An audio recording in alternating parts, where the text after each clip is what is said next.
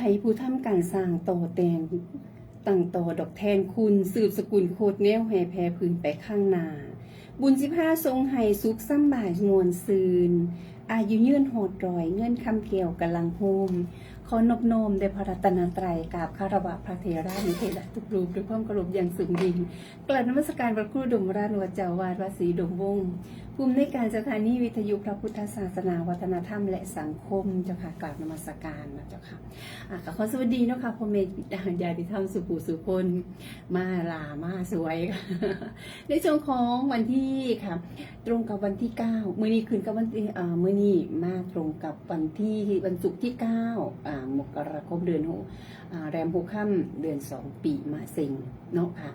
ปีมะเส็งยังอยู่ที่ปีมะเส็งอยู่ค่ะยังปีงูอยู่ยังบ่เข้าปีม้าเที่ยแต่วันนี้ต้นปีของเขาจะบอกว่าปีนี้เขาปีม้าทองเขาปีม้าทองเนาะแต่ในปฏิทินของถ้าเป็นของพุทธศักราชของคนไทยก็จะบอกว่าปุระเดือนเมษาคอยสิกลายเป็นปีใหม่ของคนไทยเนาะค่ะอนุโมทนาบุญน้ำสำหรับเนาะค่ะพ่อแม่ค่ะมื้อนี้มาสวยในจ้ากหน่อยค่ะพ่อแม่ครูบาอาจารย์ไปจัดงานไปจัดงานเนาะเตรียมงานคงวัด3แยกค่ะ3แยกเนาะค่ะบ้านแม่ติ๋มค่ะ3แยกเนาะบ้าน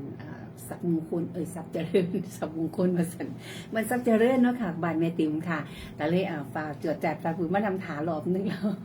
อนุโมทนาบุญนำกับแม่สมหมายชายากับแม่ภาวนาบุญชื่นมื้อนี้มาเตรียมบักขามค่ะมาเตรียมบักขามใส่ถุงไว้เตรียมต้อนรับญาติธรรมค่ะเอาไปฝากคนนี้ปองปลายของเฮาทางกาฬสินธุ์ดินดำน้ำซุ่มเนาะค่ะเนาะไกลแล้วมอแล้วค่ะเหลือเวลาอีกอาทิตย์เดียวค่ะเหลือเวลาอีกแค่อาทิตย์เดียวเท่านั้นค่ะอีกเท่านั้นเนาะค่ะเนาะเราก็จะได้เตรียมตนเตรียมโต้ค่ะไปจังหวัดกาฬสินธุ์ไปหาพี่น้องปองปลายทางอีสานใต้ค่ะสวัสดีค่ะลุงปีนค่ะลุงปีนเข้ามาแล้วเนาะค่ะเนาะสวัสดีค่ะลุงปีนค่ะกดไลค์กดแชร์กดหัวใจอะไรแล้วเรียบร้อยขอบคุณนะคะขอบคุณหลายๆเนาะค่ะอันนี้ช่วงนี้ค่ะมื้อนี้ก็เตรียมงานไปแล้วค่ะเตรียมงานแล้วครูบาอาจารย์กับพระคุณเจ้าไปเตรียมงานกับแม่ชีเบญจวรรณค่ะศรีพลเมืองไปแล้วเตรียมการสำหรับวัด3แยกเนาะค่ะ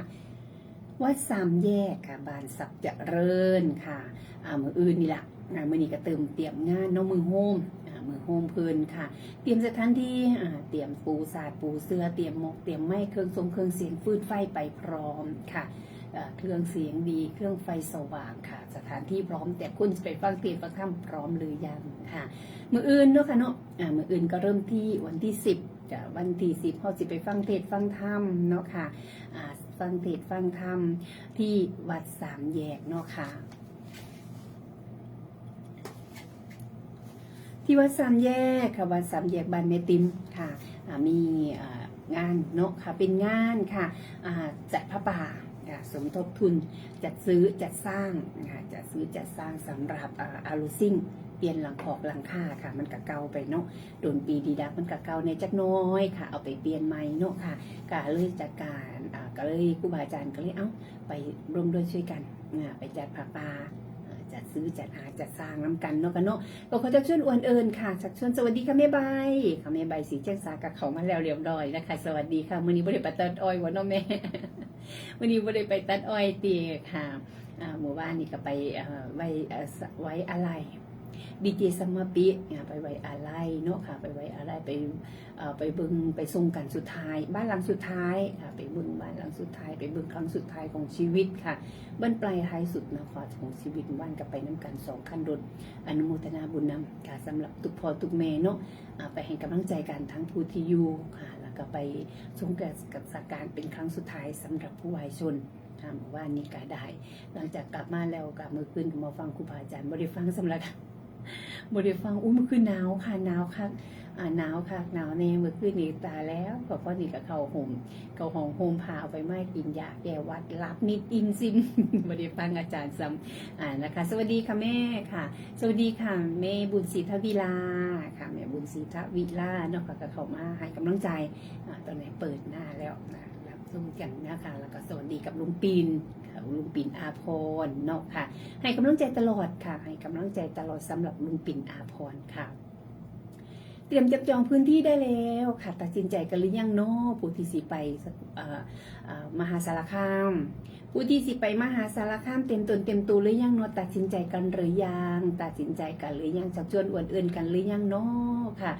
ไปน้ำกันเด้อเป็นบุญใหญ่เนาะค่ะเนาะในปีนี้ค่ะในปีนี้ไปสร้างบุญไปสร้างกุศลไว้เนาะค่ะเพราะว่าในช่วงของ2,500โลกาสีไว้วันคนสิตายวาสันอินนันจิไซกัมยังสิคำอยู่ใดตั้งแต่ผู้มีศีลนั่นแล้วอินนันมานิมิตใส่กำดอกทำหายเนาะค่ะ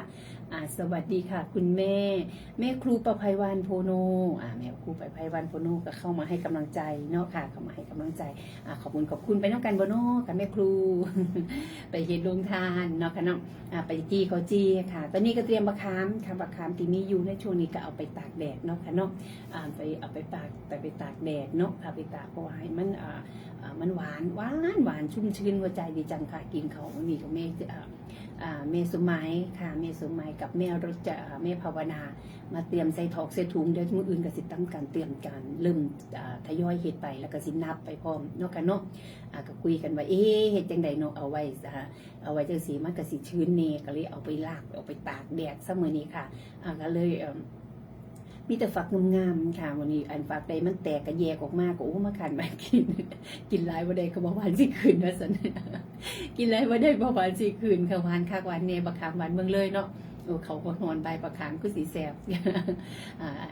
ใบบักขามเสร็จแล้วอนุโมทนาบุญนำกับคุณแม่วิไลลักษณ์คำดีค่ะแม่วิไลลักษณ์คำดีเนาะค่ะเนาะ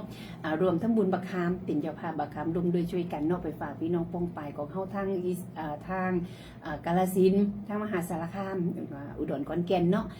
ร่วมกับแม่ชีนงรักราชวงศ์ค่ะอันนี้ก็100 บาทค่ะคุณแม่วิไลลักษณ์200 บาทลูกดีๆสมพรอีก100 บาทค่ะอนุโมทนาบุญนำกับคุณแม่ต่อตุนค่ะหมู่บ้านนี่เพิ่นก็บอกว่าบำรุงสถานีขนามกับไฟธรรมะทางอากาศเนาะค่ะเนาะเขาจีลงท่านไปยุจ้าวันเสร็จอนุโมทนาสาธุ กับแม่ครูไปไพวันโพโนเนาะค่ะเนาะเอาค่ะไปรวมด้วยช่วยกันค่ะไปเห็นลุงท่านเขาจีบริการโอ้ยสบายแล้ววันนี้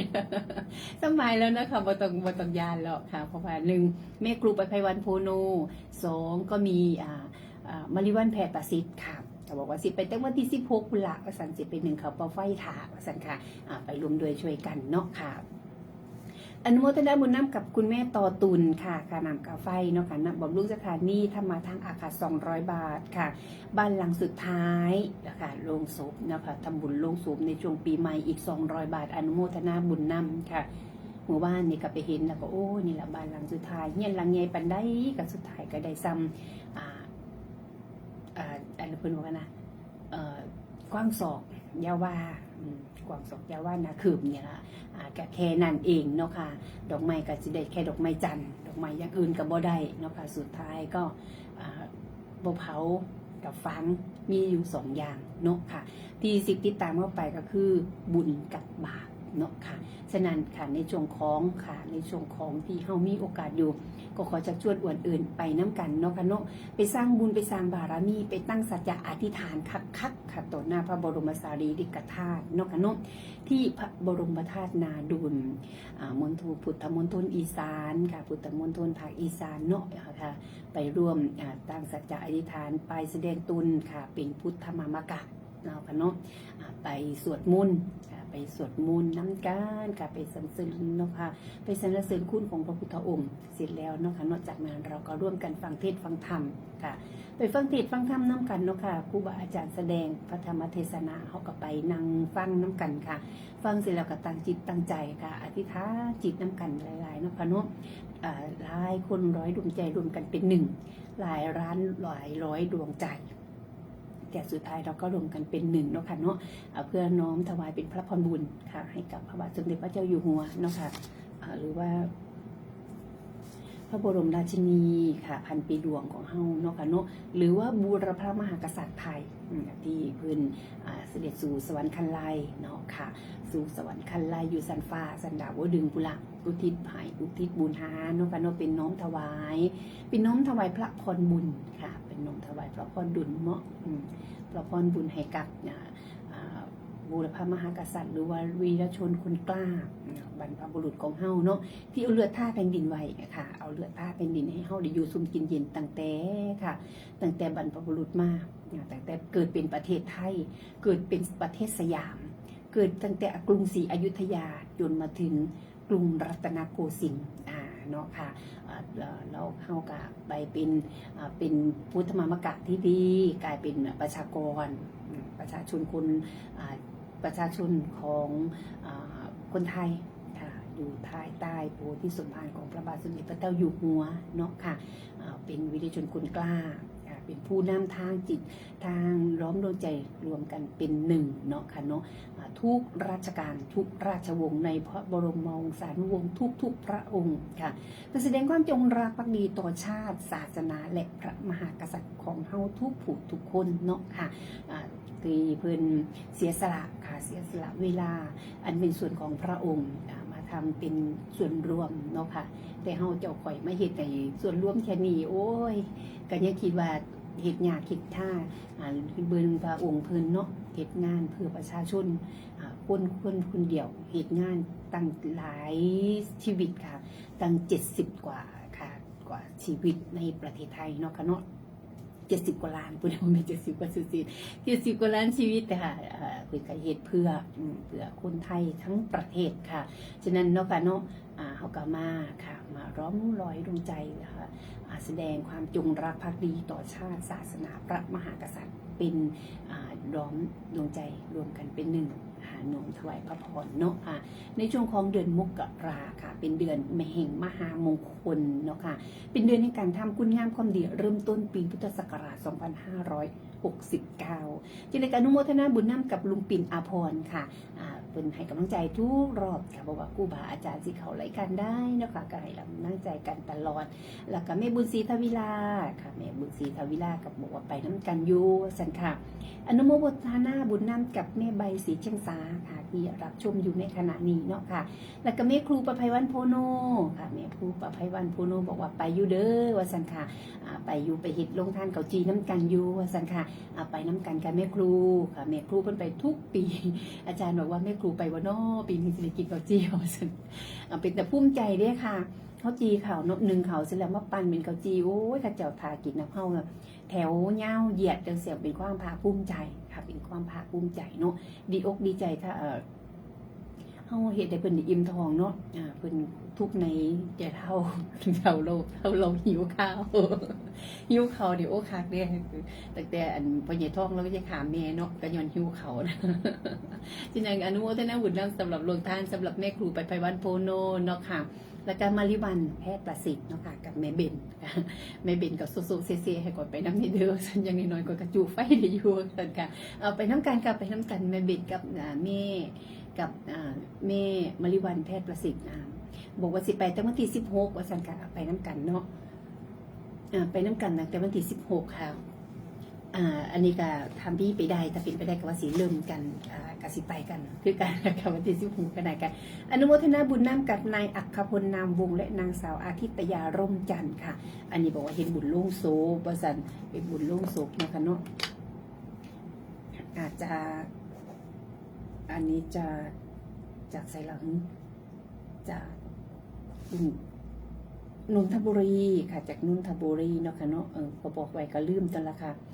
จากนนทบุรีเนาะค่ะอนุโมทนาบุญนำ100 บาทค่ะอนุโมทนาบุญนำกับนางสาวอภิรดีสมพรบรรทาสะอาดกับนางสาวบัวลอยสมพรเนาะค่ะเนาะอันนี้ก็เฮ็ดบุญสุยางวสังกะ500 บาทเอาบุญทุกอย่างเราได้สิเฮ็ดไปวสังกะอนุโมทนาบุญนำกับนางสาวนัทธาแว่นสว่างกับนางสาวทองอินแว่นสว่างค่ะอันนี้ก็แล้วแต่สิเฮ็ดวสังกะบุญยังกระไดเฮ็ดยังกระไดวสังกะ200 บาทอนุโมทนาบุญนำเนาะค่ะสำหรับผู้ที่เพิ่นมาร่วมด้วยช่วยกันค่ะซอยเป็นธรรมะทางอากาศเนาะค่ะเนาะธรรมะทางอากาศค่ะที่มีแรงสนับสนุนบ่ไล่ถิ่มบ่ปลาบ่ถิ่มกันเนาะค่ะอนุโมทนาบุญนำสำหรับค่ะสำหรับผู้ที่เพิ่นบอกว่าอุ้ยจะเป็นเจ้าภาพเป็นเจ้าภาพท่านำข้าวไฟเนาะค่ะหรือว่าจะเป็นเจ้าภาพสำหรับถ่ายทอดสดเนาะค่ะในรูปการถ่ายทอดสดดำเนินการนะคะเป็นค่าทุกค่าเนาะค่ะบ่ว่าจะเป็นค่าสถานที่เนาะค่ะเป็นค่าสถานที่ในที่เขาสิไปใส่ในช่วงของงานปฏิบัติธรรมเพื่อปฏิบัติธรรมพระบรมธาตุนาดูลเนาะค่ะเขาก็ ก็สิต้องมีค่าใช้จ่ายเฮาไปเฮ็ดใส่พื้นที่ของเพิ่นเฮาก็ต้องร่วมกันทำบุญเพื่อที่เพิ่นจะเฮากลับมาแล้วเพิ่นอาจสิมีการเสียหายแล้วมีหนี้มีโน่นเกิดขึ้นเพิ่นก็สิได้ไปซ่อมไปแซมเนาะค่ะก็เป็นผ้าป่าร่วมค่าใช้จ่ายในการขอใช้สถานที่เนาะค่ะก็จะเป็นผ้าป่าเน่ค่ะหรือว่าจะเป็นค่าการเทศนี่เนาะค่ะเนาะสำหรับถวายค่าน้ำมันที่เพิ่นมาแสดงพระธรรมเทศนาให้เฮาฟังเนี่ยค่ะเอาก็สิเอาส่วนนี้ล่ะค่ะไปร่วมถวายเนาะค่ะเนาะเพราะว่าเพิ่นก็ต้องได้ใช้ค่าน้ำมันค่ะไปกลับมาคือกันค่ะเป็นการเดินทางเป็นค่าเดินทางเนาะหรือว่าจะเป็นการถ่ายทอดสดค่ะถ่ายทอดหรือว่าทางเขาก็มีสร้างเนาะค่ะมีเจ้าหน้าที่จ้างเพิ่นมาเป็นพิเศษค่ะเพื่อที่จะมาถ่ายทอดยิงโดรนค่ะยิงกล่องตั้งสูงๆเวลาค่ะถ่ายลงมาชมวิวบรรยากาศงามๆค่ะเขาขึ้นไปถ่ายเองบ่ได้แล้วค่ะตั้งจากเทิงถ่ายจากเทิงฟ้าลงมาทางนอกจากจะใช้โดรนเนาะค่ะใช้โดรนแล้วเขาก็จะมีเจ้าหน้าที่ประจ้างเพิ่นมาเป็นพิเศษค่ะอันนี้ก็ต้องมีค่าใช้จ่ายในส่วนนี้หรือว่าค่ะผู้ใดอยากไปห่มผ้าพระธาตุน้ำกันค่ะการมื้อนั้นก็เตรียมไว้เนาะค่ะเนาะเตรียมไว้ค่ะอาจจะมีการห่มผ้าพระธาตุแต่ว่าที่แน่ๆก็มีทุกปีนั่นแหละค่ะเตรียมเขียนซื้อเนาะค่ะเนาะไปบูชาห่มผ้าพระธาตุน้ำกันในมื้อนั้นก็อาจจะเป็นร่วมในส่วนนี้น้ำกันเนาะค่ะเนาะ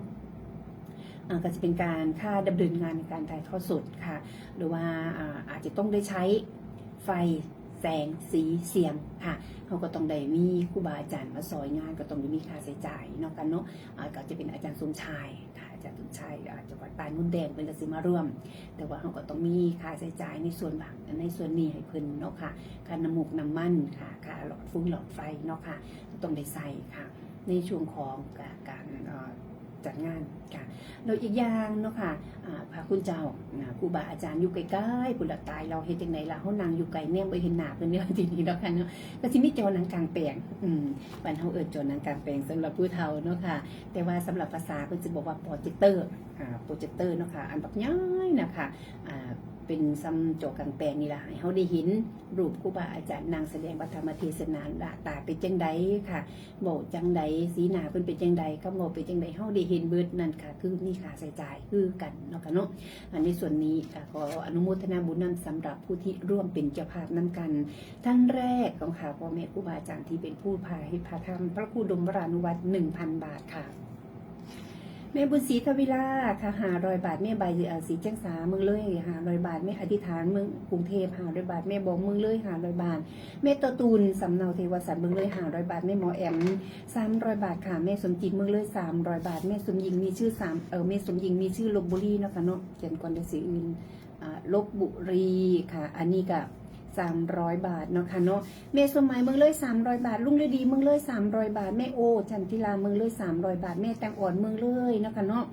อันนี้ก็200 บาทแม่ละไม้เมืองเลยก็200 บาทแม่บัวจัดพุ่มสุภาพเมืองเลย200 บาทแม่ทองศูนย์เมืองเลยค่ะอันนี้ก็200 บาทแม่น้องนางค่ะแม่น้องนางเมืองเลยอีก200 บาทแม่ทองศรีเพ่งค่ำเนาะค่ะเมืองเลยอีก200 บาทค่ะแม่แก้วเมืองเลย200 บาทแม่ชีพัฒน์เมืองเลยอีก200 บาทแม่ชีเบญจวรรณทางเมืองเลยอีก200 บาทแม่นี่กล้วยแขกเมืองเลยอีก200 บาทอาจารย์บุญยวัฒน์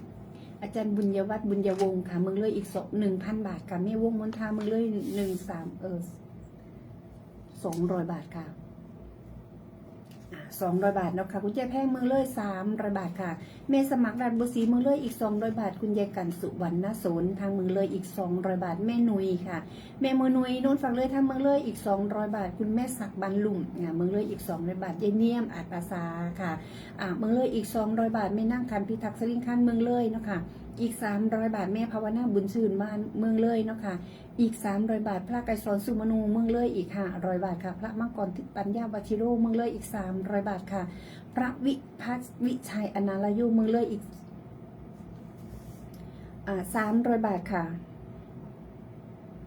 พระวิชัยอนาลายุเมืองเลยอีก300 บาทค่ะสวัสดีค่ะแม่ตังออนค่ะจ้า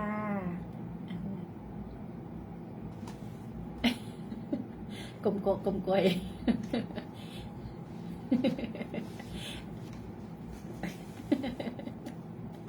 เอาอันก็ยังดียังไปได้เนาะแม่เนาะ ยังไปได้ยังมี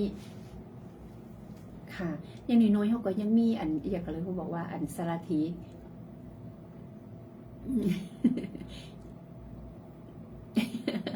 เอาโอ้ค่ะ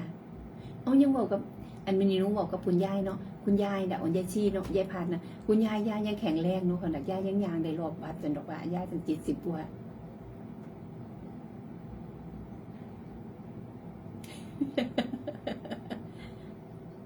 แมนอยู่แมนเนาะโอ้อันกินหอนนึงแมนค่ะ ยังคิดยังดีใจว่าอย่างน้อยๆเขายังเคยได้ไปเนาะแม่เนาะมันเคยไปแห่งอยากไปหนูน่ะปวดเจ้าๆนะโอ้อยากไปแต่ส่วนกัน อันยังนี้เนาะแม่เขายังมีบุญยังมีราชรถเนาะยังมีราชรถไฟฟ้ามาเกยโอ้ยขันยางเองมา3 ขา4 ขาเนาะจ้าค่ะจ้าสาธุขอบคุณอนุโมทนาบุญนำเนาะค่ะสุขภาพแข็งแรงได้แม่เด้อค่ะสวัสดีปีใหม่ค่ะเป็นโฮมโพใบใหญ่เป็นต้นไส้ใบนาให้ลูกให้หลานได้พึ่งพาอาศัย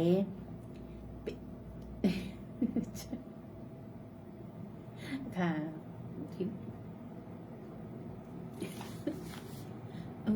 ยั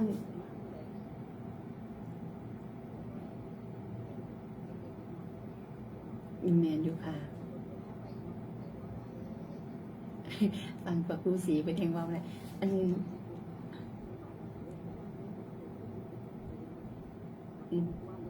โอ้ค่ะแมนอยู่ค่ะแม่นี่ปุ๊บแล้วก็ขึ้นบันไดเลยเนาะ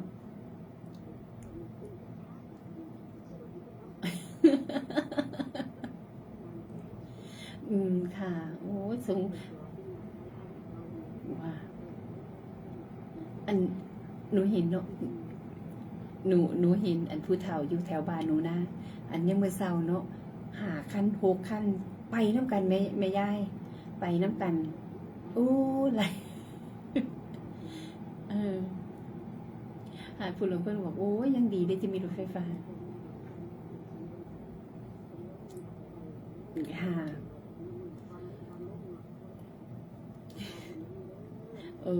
สาธุได้บุญน้ำกันแม่ค่ะได้บุญน้ำกันจ้าสาธุค่ะสาธุได้บุญน้ำกันเนาะบุญรักษาค่ะทำค่ะบุญรักษาธรรมะคุ้มครองจ้าสาธุอนุโมทนาบุญนำกับคุณแม่กับคุณแม่บุญศรีกับคุณแม่อันแต่งอ่อนเด็ดขัดล่ำเนาะอนุโมทนาบุญนำเหตุจึงได้ย่างเมื่อสังการสวยขั้นกระบวนมากันนำมือกิ้วแล้วเหตุจึงได้ระบาดที่นี่หอดยามเนาะค่ะเนาะหอดยามเฮาเป็นไงก็เพราะคือโบฟันด้วยกันราคาอันนี้ก็บอกแวะอยู่ย่ำไหนบุนี้แหงอันแม่ใบแหงว่าตัวก็ย่างค่อยๆเน่ลูกหลาสันตัวจะไปไว้มาไว้แล้วแม่ตกใจน้ำโอ้ยลมดูกับขนุกก็ได้ตอนนี้ก็เริ่มพยายามอยู่เพราะว่าเริ่มน้ำหนักขึ้นน้ำหนักลายมันนี่เจ้าของที่เป็นคนอ้วนเตี้ยนะอ้วนเตี้ยละขาบวแข็งแห้งมาที่นี่เดี๋ยวล้มหนูมาลูอยู่เนี่ยล้มดูค่ะไปอยู่บ้านก็ล้มดูพยายามระวังเนาะลงมาแล้วมันยากดูแลสุขภาพค่ะดูแลสุขภาพของสวัสดีค่ะแม่สมหญิงมีชื่อค่ะสวัสดีนะคะคุณแม่ค่ะแม่สมหญิงกับเขามาแล้วให้กำลังใจดีแม่สมหญิงก็ได้เนาะค่ะอนุโมทนาบุญโตค่ะอนุโมทนาบุญนำกับแม่วงมนท่าเมืองเลย200 บาทแม่แพงรุ่มเราใหญ่300 บาทเนาะค่ะแม่สมัครราชบัวศรีเมืองเลยอีก200 บาทคุณยายกันสุวรรณสนเมืองเลยอีก200 บาทแม่หมอหนุ่ยโน่นฝากเลยเมืองเลยอีก200 บาทแม่ศักค่ะแม่ศักบรรลุเมืองเลยอีก200 บาทเนียมเนาะค่ะแม่เนียมอาจปาสาเมืองเลยอีก200 บาทแม่นั่งขันพิทักษ์สลิงคานตามเมืองเลยอีก300 บาทแม่ภาวนาบุญชื่นบ้านบุงสลายเมืองเลยอีก300 บาทพระไก่สอนสมโนดรเจนค่ะเมืองเลยอีก500 บาทพระมังกรพระมังกรปัญญาวชิโรเมืองเลยอีก300 บาทพระวิชัยอนาลโยเมืองเลยอีกเนาะค่ะเนาะ300 บาทพระอาทิตย์ธรรมปีโรคันมะทีโรเมืองเลยอีก300 บาทหลวงตาจอมวัดป่านาคุณเลิศค่ะ300 บาทแม่แพงแม่คำแพงศิลาใสค่ะทางเมืองเลยอีก100 บาทค่ะคุณแม่ภาพคิริชีทางกุกสอเมืองเลยอีก100 บาทแม่เวียงค่ะแม่บุญเวียงศรีสวัสดิ์ค่ะทางกุกสอเมืองเลยอีก100 บาทนะแม่น้องดาวบัวมันบุตรกุกสอเนาะค่ะ มึงเลยอีก100 บาทแม่ตุ๊กสีสร้อยค่ะมึงเลยอีก100 บาทแม่อ้อยมึงเลยอีก100 บาทแม่ทองคำทวิลามึงเลยอีก200 บาทค่ะเมนินเนาะค่ะเมนินหน้าน้องบุ๋มมึงเลยอีก300 บาทแม่ประนมประชุมมึงเลยอีก300 บาทค่ะคุณยายบุญจันทร์ท่ามึงเลยกับอีก1,000 บาทค่ะคุณยายบุญจันทร์กับคุณตาสิทธิ์ค่ะเขียนก่อนคุณตาสิทธิ์เนาะค่ะเนาะอันนี้โอนแล้วประสันค่ะอันนี้โอนเข้ามาแล้วกับอนุโมทนาบุญนำเนาะค่ะมือปีใหม่เพิ่นก็โอนมาแล้วอีก200 บาทกับคุณยายบุญจันทร์กับคุณตาสิทธิ์ค่ะทางมึงเลยอีก1,000 บาทเนาะค่ะน้องทอฟันมึงเลยอีก200 บาทค่ะยายชันก้ามึงเลยอีก100 บาทแม่ยุพาเพ่งสีมึงเลยอีก100 บาทแม่เสาหน้ามนตรีไปน้ำกันด้วยยายเสาเด้อไปน้ำกันค่ะไปพระธาตุได้ดูน้ำกันทางมึงเลยอีก200 บาทแม่วาสนาปัญญาดีสร้างมึงเลยอีก300 บาทแม่เพชรพักดีเนาะค่ะแม่เล็ดพักดีมึงเลยอีก200 บาทค่ะแม่สว่างสนที่มูลมึงเลยอีก200 บาทแม่สุดท้ายค่ะถ้ามึงเลยอีก200 บาทคุณแม่สงวนเขียนซีออนถ้ามึงเลยอีก300 บาทค่ะอันนี้ก็แม่เจมค่ะถ้ามึงเลยอีก300 บาทพระครูสุนทรวโรภาสหลวงตาหน่อยวัดปาหน้าผาเจริญเนาะค่ะเนาะถ้ามึงเลยอีก 1,300 บาทค่ะนางสาวอภิรดีสมพรถ้ามึงเลยอีก200 บาทบัวลอยสมพรถ้ามึงเลยอีก100 บาทค่ะแม่โอจันทิราอุทิศหาคุณหมอธรรมรงค์เนาะค่ะเนาะคุณหมอธรรมรงค์ที่พาสมองให้เพิ่นอีก200 บาทค่ะราคาคุณแม่ประภาวันเมืองเลยอีก100 บาทแม่สิงโตทางติดต่อเมืองเลยอีก300 บาทแม่ครูหญิงดวงศรีทางเมืองเลยอีก300 บาทค่ะพระครูอย่างโน้มาที่นี่มือคืนบริบูรณ์ได้ต้องกลับไปฟังทางเฟซบุ๊กของอาจารย์ไลฟ์เมื่อคืนนี้ค่ะอีก500 บาทค่ะอนุโมทนาบุญนำกับแม่ครูหญิงค่ะแม่ครูหญิงเนาะค่ะเนาะทางเมืองเลยเนาะค่ะเนาะอันนี้ก็ทำบุญประคามน้ำอีก200 บาทอนุโมทนาบุญนำเนาะค่ะสวัสดีค่ะสวัสดีปีใหม่นะคะจ้าสวัสดีค่ะจบพอดี จ้าโอ้จ้าแม่เรียนไม่เดือนบุญเกตเนาะค่ะเนาะค่ะโอ้แม่เดือนบุญเกตค่ะจ้าไปเอาบุญน้ำกันเนาะแม่เนาะค่ะบุญน้ำกันค่ะไปบ่ได้กระสีจุงมาให้นั่นล่ะค่ะ300เม่นบอกค่ะแม่200โอ้จ้ามันมีหลายรายการวะติ แม่นอยู่ค่ะอย่าไปเฮ็ดเรือการกำลังเอาที่เฮาเฮ็ดได้ค่ะเฮาสิสบายใจค่ะเมนอยู่ค่ะว่าเมนว่าอันหนึ่งเงินเดือนบ่เท่าถึง6,000 7,000ไปได้เบิดว่าติโอ้ยก็ได้ตื่นเช้ามาก็เอาไปแล้วเฮียละ40นะค่ะ อันเพิ่นบอกค่ะฮอดบ่พอทานหมดฮอดบ่พอทานแล้วแถวบ้านหนูจ้าบุญรักษาธรรมคุณก็อีบอกว่าจะเลื่อนพรด้วยจ้าค่ะสวัสดีปีใหม่สุขภาพแข็งแรงเด้อแม่เด้อค่ะอยู่เป็นร่มโพใบใหญ่ต้นไทรใบหนาให้ลูกๆหลานๆเป็นกำลังใจให้ลูกๆหลานๆเด้อแม่เด้อค่ะจ้าอยู่ฮอน120 ปีพุ่นเด้อแม่อยู่เป็นนางวิสาขแต่แข็งแรงดินอนติดเตียงบ่เอาให้สุขภาพแข็งแรงค่ะแม่ไปไสมาไสใดเนาะค่ะเนาะจ้าสาธุอนุโมทนาบุญนำจากในเดือนเนาะค่ะเนาะสาธุค่ะสุขภาพแข็งแรงเด้อแม่เด้อค่ะบุญรักษาธรรมาคุ้มครองเป็นสะพานบุญนำการอธิษฐานจิตก็คือการตั้งใจมั่นตั้งสัจจะตั้งอธิษฐานสาธุบุญผู้ขาเฮ็ดปัจจัยติผู้ขาเฮ็ดนิวขอเป็นพระวปัจจัยให้ข้าผู้ข้าเนาะค่ะให้ข้าพเจ้ามีสัตว์ค่ะมีทรัพย์แล้วเพื่อที่บำรุงพระพุทธศาสนาต่อไปเนาะค่ะอนุโมทนาบุญนำสำหรับทุกบุญเนาะค่ะทุกพอทุกเมสำหรับค่าดำเนินงานถ่ายทอดสด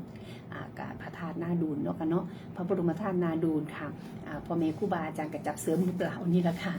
เหตุเป็นต้นทุนน้อยๆค่ะเขาก็เอาละเพิ่นพาเหตุพาทำเขาออกไปน้ำเพิ่นละค่ะมีหน่อยท่านหน่อยค่ะมีหน่อยท่านหน่อยค่ะเขาก็ตามกำลังเฮานี่แหละค่ะ บ่เฮ็ดหลายค่ะเฮ็ดหลายก็บ่ได้ดอกเนาะค่ะเนาะเพราะเฮามีหลายรายการบ่ว่าสิค่ายุคค่ายาเนาะเฒ่ามาแล้วเฒ่าชะแลแก่ชะลาเฮ็ดจังใดๆเนาะค่ะเนาะอย่าเบาเบาหวานความดุความดันค่ะมาหมอก็ต้องไปค่ายาก็ต้องมีเนาะค่ะเนาะแต่ที่แน่ๆค่าบุญค่าทานหม่องใดเพิ่นเว้าเฮาก็อย่าเฮ็ดบ้านตัวแน่บ้านเพิ่นนำค่ะเพิ่นพาไปซ้ายก็อยากไป5 บาท10 บาทอยากทานน้ำเพิ่นเนาะยกใส่เก้าเท้าใส่หัวเนาะค่ะเนาะสำนั้นแล้วเนาะค่ะบุญนี้บ่มีไผปันแจกแล้วค่ะมันบ่แหกครึ่งใดคือจังไม่ดอกพากางค่ะคือจังว่าเฮากินข้าวเฮากินเฮาก็อิ่มมันบ่ไปอิ่มท้องเขาพุ่นบ่กินเนาะค่ะเนาะบุญมันก็แปลงแจกใจใหญ่ปันกันบ่ได้แต่ว่าอนุโมทนาบุญนำกันได้ค่ะอนุโมทนาบุญค่ะอนุโมทนาไม่เนาะค่ะเป็นหนึ่งในบุญกิริยาวัตถุ10เนาะค่ะบ่ว่าสิเป็นแล้วก็ปัดกวาดเช็ดถูนะคะตามวัดตามว่าก็ใบมงใบไม้ก็ถือว่าเป็นบุญค่ะเป็นบุญเป็นการทำความสะอาดให้กับสถานศาสนสถานเนาะค่ะเนาะผู้ลงคนบอกว่าโอ้นะมักเป็ดกวาดตั้งแต่มากกวาดพระอาจมากวาดว่านี่แข้งขากระเจ็บคือเก่าแต่ว่ามันก็สบายใจแต่ว่าสบายใจเรื่องแข้งขาเจ็บมันก็เป็นเรื่องมันก็เป็นธรรมชาติเนาะค่ะเนาะใส่เขามาลายดีล่ะใส่เขามาดุนเนาะตั้งแต่นิ้วนุ่มน้อยๆค่ะเถาจะเล่แกจะล่ามาแล้วเฮ็ดจังใดๆเนาะค่ะย่ามเมื่อสังคัญสวยขั้นกระโดดในกันนำมือคิวเด้เฮ็ดจังใดๆเนาะค่ะสวัสดีปีใหม่นะคะสวัสดีค่ะสวัสดีปีใหม่สุขภาพแข็งแรงหรือแม่คือเชียงอ้อยจ้ะสาธุแม่ก็ให้มีสุขภาพแข็งแรงตั้งตาชมเด้อแม่เด้อตั้งตาชมตั้งตาชมอธิษฐานน่ะแม่ไปบ่ได้ก็นั่งอยู่เฮียนนี่แหละเบิ่งคักๆเบิ่งโทรทัศน์ซื้อขาตั้งมาอันละ199มาตั้งเบิ่งเนี่ยค่ะเฮ็ดจะได้ค่ะหนูน่ะรู้อยู่หรอกว่าแม่ฟังอยู่แม่กินหัวแต่ตอนเขาเป็นนุ่มนะแม่เนาะไปกันเอาเทเอาว่าพอคิดว่าอีกนี้นี่ลูกมื้อนี้เราเว้าอยู่มื้อนี้เราก็มาเว้าอยู่นี่แหละ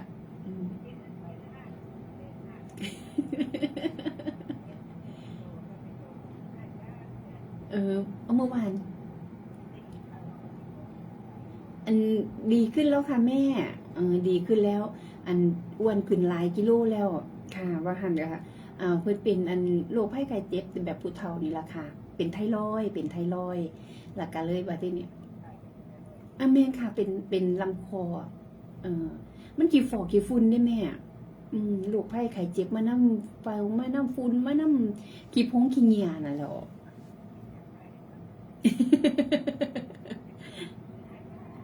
เอาเราตั้งมาเห็นครั้งแรกครั้งสุดท้ายนี้ที่เราไปอันนั้นนะแม่ที่เราขึ้นเหนือผู้ใหญ่ดาวตอนนี้ก็ยุ่ง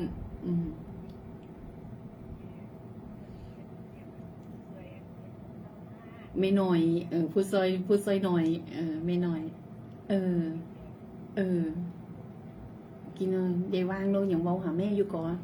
มื้อวันพาแม่สว่างส่วนที่มูลนะไปใส่บะไดกระไดแต่สงใจหากันนะแม่เนาะ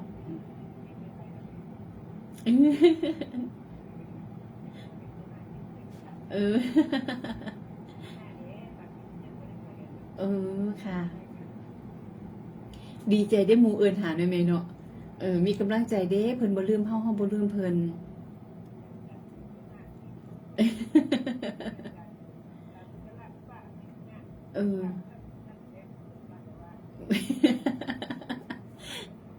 เอาอันเมื่อคืนนี้หนูมันหนาวเนาะแม่เนาะช่วงนี้มันหนาวเนี่ย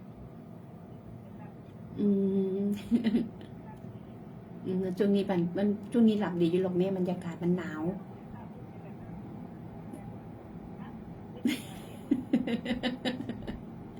อาจารย์ก็เข้าดึกเนาะเห็นจังได๋ได้ผู้เฒ่าก็นอนก่อนซะวะเดี๋ยววันนี้ไปตื่นดึกๆพุ่นเนี่ยบัดเนี่ยดึกๆพุ่นเนี่ยเพิ่นตื่นมาที่นี่จ้าค่ะ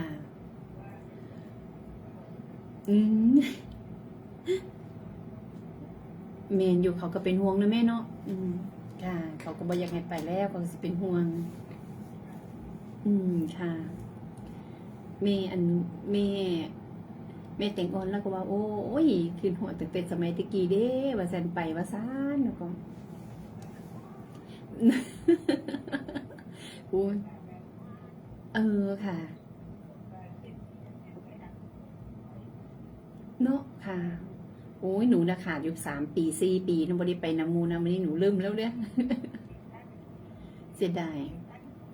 โอ้ยหนูได้มาเก็บแต้มใหม่ซะ ค่ะ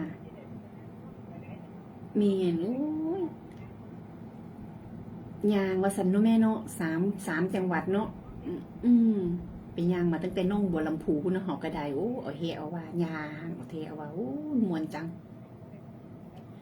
โอ้ย อันโบจักนอนหลายว่าติยางไปเมื่อยๆแทนที่อีพักกันนอนโบแล้วอยู่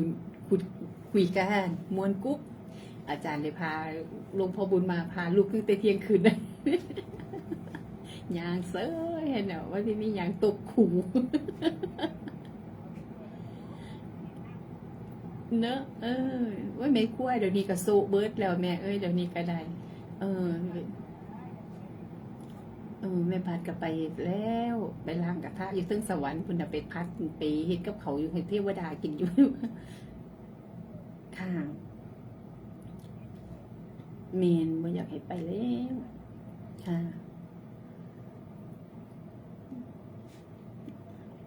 จะให้กำลังใจคือกันไม่นี่เห็นไม่นี่แล้วกินหอดไม่รีอืม ค่ะเนาะค่ะ ไปแสดงบุญนี่เงียบจริงเงียบยายนำก็ไปแล้วยายจันแล้วห่อข้าวต้มอยู่ฮะนะ ยายจันก็ต้มแซ่บนะแล้วก็ห่อโอ้โหห่อมาวัดประจำแม่ทุกวันพระยายจันก็ต้มแซ่บนะเอ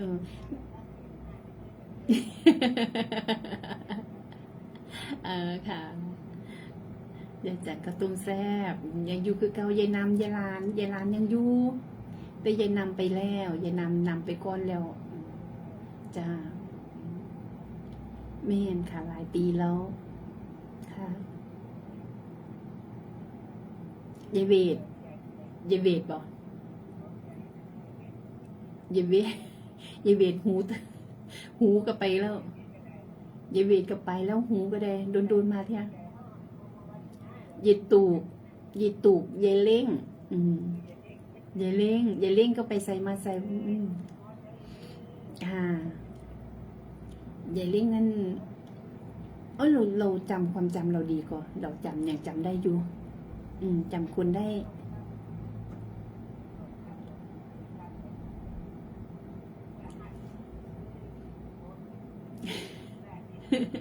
บอกว่าแล้วเสียดายเนาะแม่เนาะบอกว่าแล้วค่ะโอ้ค่ะนึกที่นึกถึงว่าไว้แม่นึกถึงว่าให้ทุกลมหายใจเข้าออกได้แห่งดี นึกถึงความดีที่เขาเคยเห็นน่ะมาแม่ไปโมเดลโอ้ยไปสู่กองบุญเจ้าของคุณแล้ว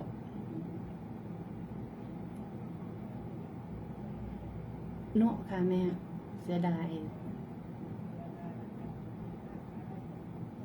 ค่ะค่ะอืมเบียนอยู่แม่แบบเด็กกี้ของกับ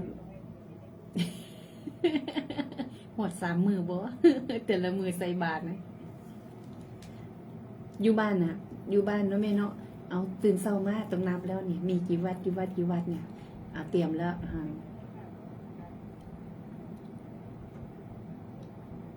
เออ ใครอยู่เนาะค่ะเนาะอีกก็บัตรคนรวยนะ บัตรคนรวยอย่างน้อยๆเขายังพอได้ใส่บาทหลานน้ำอยู่แล้วแม่เนาะโอ้ตีค่ะสาธุโมทนาบุญนะ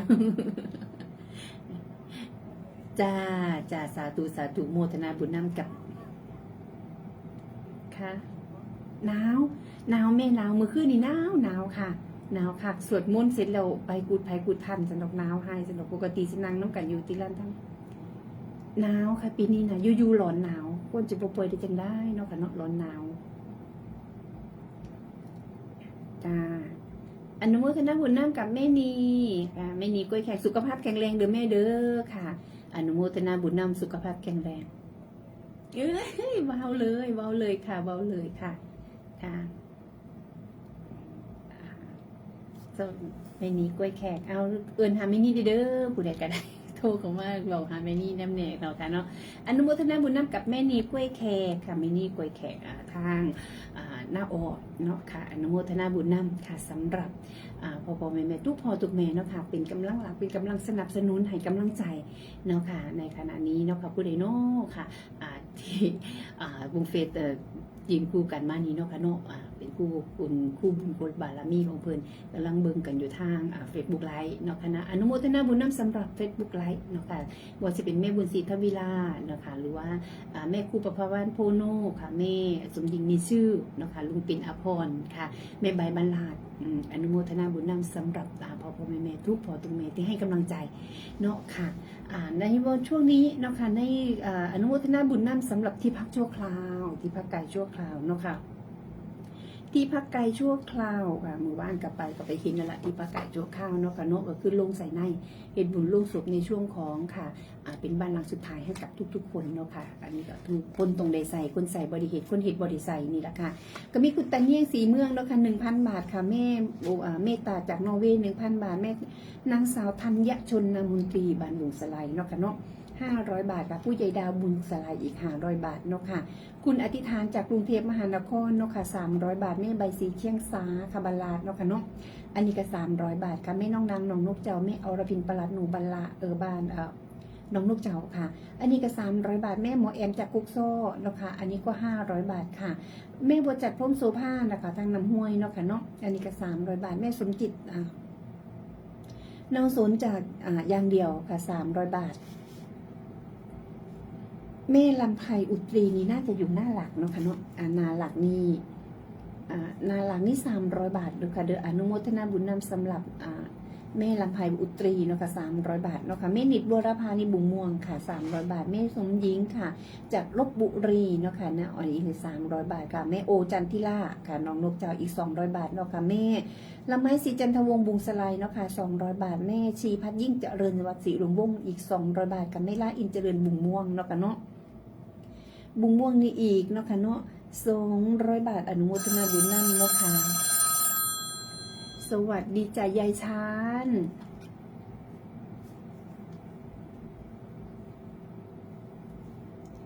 จ้าให้กำลังใจยายชานคือกันเด้อจ้าเอาทำไมมื้อนี้เสียงอ่อยๆแต่ยายชานเป็นบ่สบายติอุ้ยนอนหากะตื่นสวัสดนอนเพิ่งตื่นเลยอนุโมทนาบุญนำเด้อค่ะสำหรับเจ้าของรถคันสีดำที่อยู่ทางด้านหน้าที่มาเยี่ยมยามทำข่าวจ้าว่าไงจ้า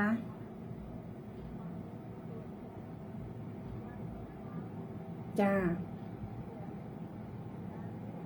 เสียงอาจารย์วิกินฮอนอาจารย์วิละสิจ้าจ้า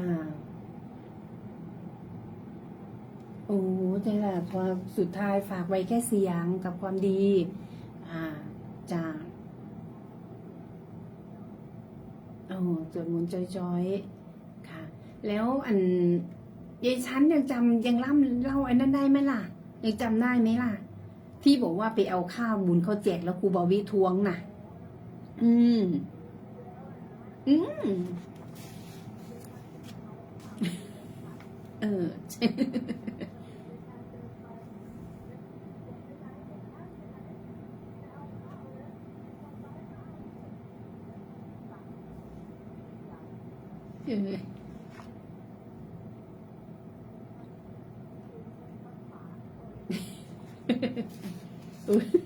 กินอิ่มเลย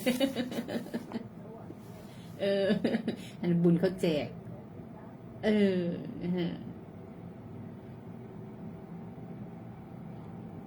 จ้าให้กำลังใจยายชั้นคือกันค่ะให้กำลังใจยายชั้นคือการนอกกินอิ่มนอนอุ่นยายชั้นใกล้นึกถึงสิ่งที่เราไปทำบุญที่เราทำอยู่นึกถึงทุกวันยายชั้นเรามีความสุข แล้วก็รอดูอาจารย์ในวันมื้ออื่นเพิ่นก็อีไปแสดงธรรมคือกันค่ะที่วัดสามแยกจ้า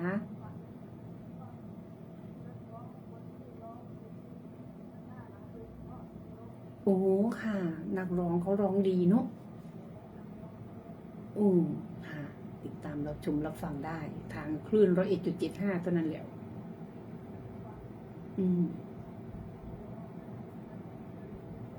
จ้าฟังอาจารย์วิสวดมนต์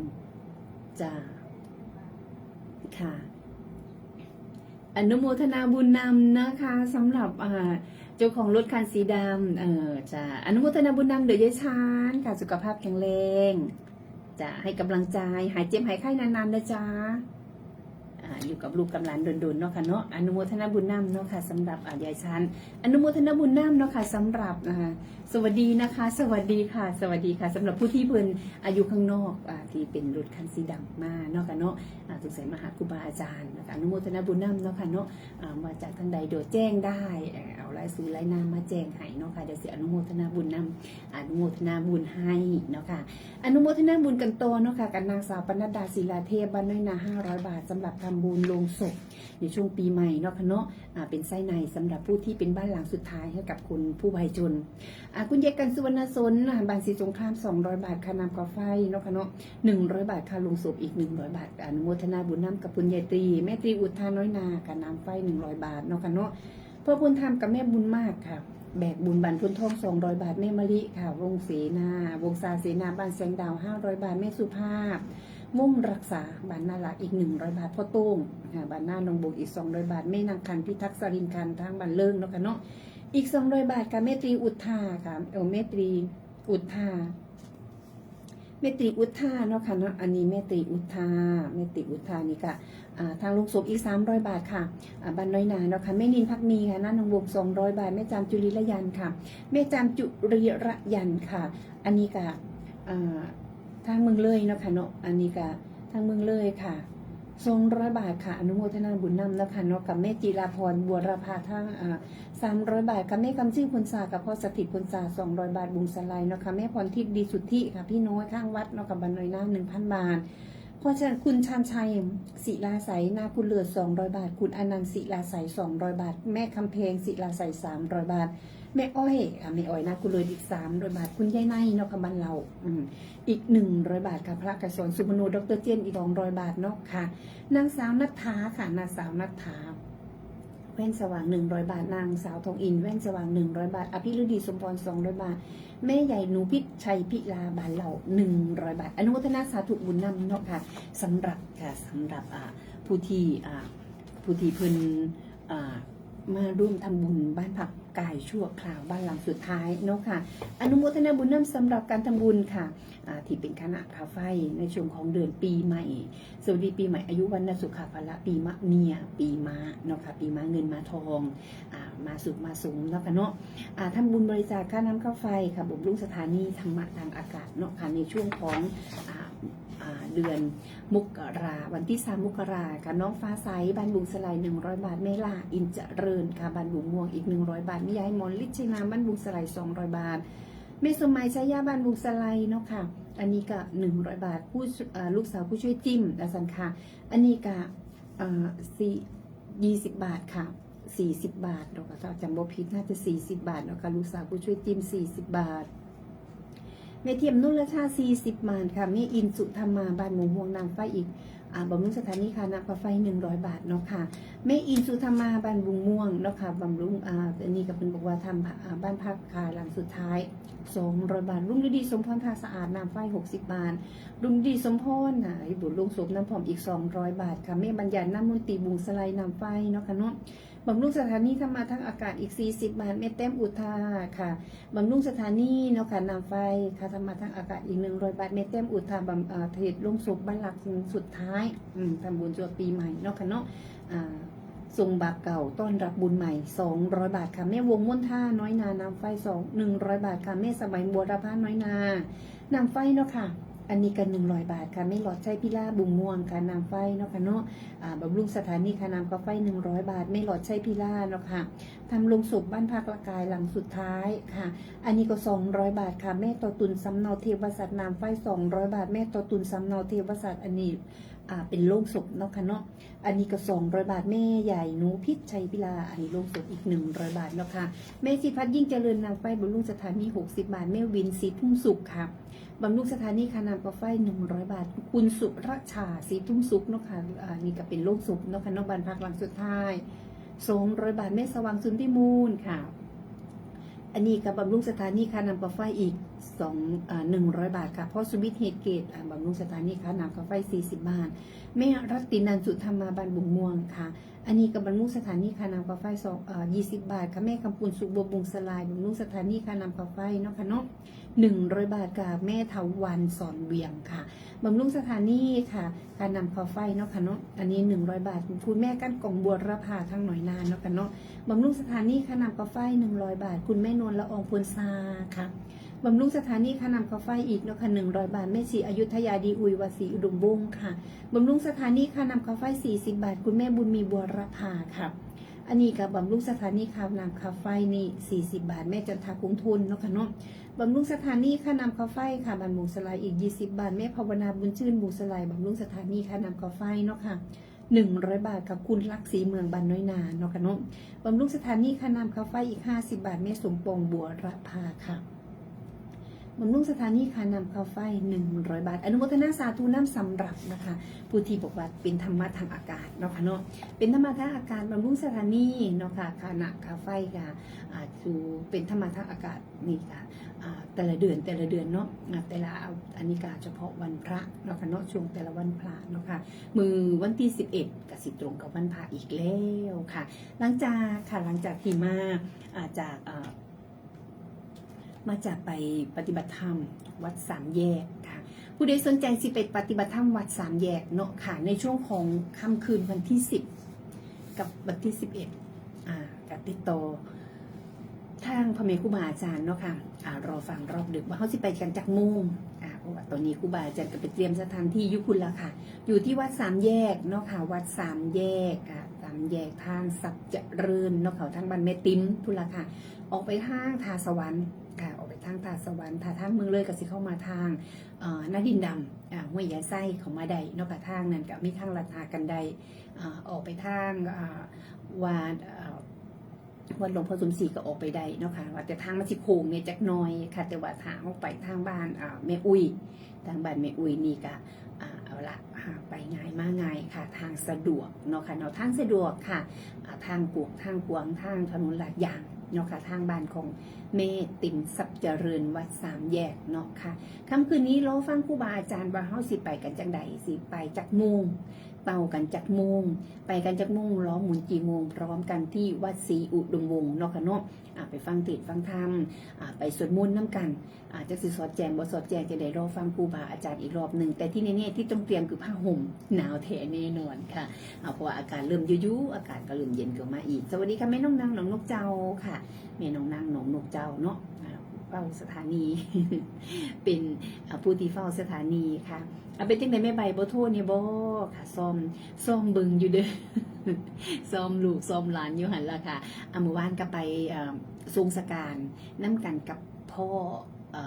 พ่อโจดีเจสัมมาปิพี่สิทธิ์แก้วนาคูลเนาะค่ะเนาะไปกับไปไปเห็นภาพเห็นแบบนี้น้องเพื่อนเก่าใจหายเนาะค่ะเนาะเห็นกันอยู่ระดับแบบเดียวก็ตายปากันอีกแล้วนะอันความตายชายนารีหนีไม่พ้นจะยากจนรวยจนจะร่ำรวยยากจนก็ต้องตายกลายเป็นผีค่ะถึงจะรักแสนรักก็ต้องรังห่างทันทีไม่วันนี้ก็วันหน้าจริงหนาเราเนาะค่ะเนาะบอกว่าสิฮักกันได้ก็ตามสร้างค่ะในสุดท้ายก็ต้องปล่อยมือค่ะสุดมือสอยก็ต้องปล่อยมือเธอค่ะเพราะว่าสุดท้ายก็ต้องยื้อกันกับโรคมากเนาะค่ะเนาะเป็นสิ่งที่คนเฮาเนาะค่ะบ่จากเป็นก็ต้องจากตายสิฮักกันปานใดก็ต้องจากกันคือเก่าค่ะบุญร้ายสายยาวจังได้มาพอกันค่ะบุญพลาเนาะค่ะบุญพลาที่ได้มาพอกันคนเฮามาพอกันไม่ใช่เรื่องบังเอิญไม่ใช่เรื่องบังเอิญที่เฮาสิได้มาพบมาพอกันเนาะค่ะที่ว่าอยู่กันคนละฝากป่ากำกายเขาเขียวเนาะค่ะเนาะก็คือจังห่วมหอห้องเดียว เพราะว่าเฮาหักกันหักกันไว้คือข้าวเหนียวหนึ่งไม่บ่ยาสุเพศแตกมันคือน้ำถือข้าวเหนียวเนาะค่ะอาสาเอาโทรมาใหม่ ไลน์คือบ่ขึ้นเนาะปกติไลน์สิขึ้นอยู่ได้ไหมน้องนางโทรใหม่เนาะค่ะโอ้ไลน์สายอยู่ค่ะบ่ได้รับสายไลน์คือบ่ขึ้นค่ะ ปกติสายทางไลน์สิขึ้นแต่วันนี้สายทางไลน์คือบ่ขึ้นค่ะบ่เป็นหยังแม่น้องนางโทรมาใหม่เนาะค่ะเนาะสายแม่น้องนางโทรมาใหม่ค่ะ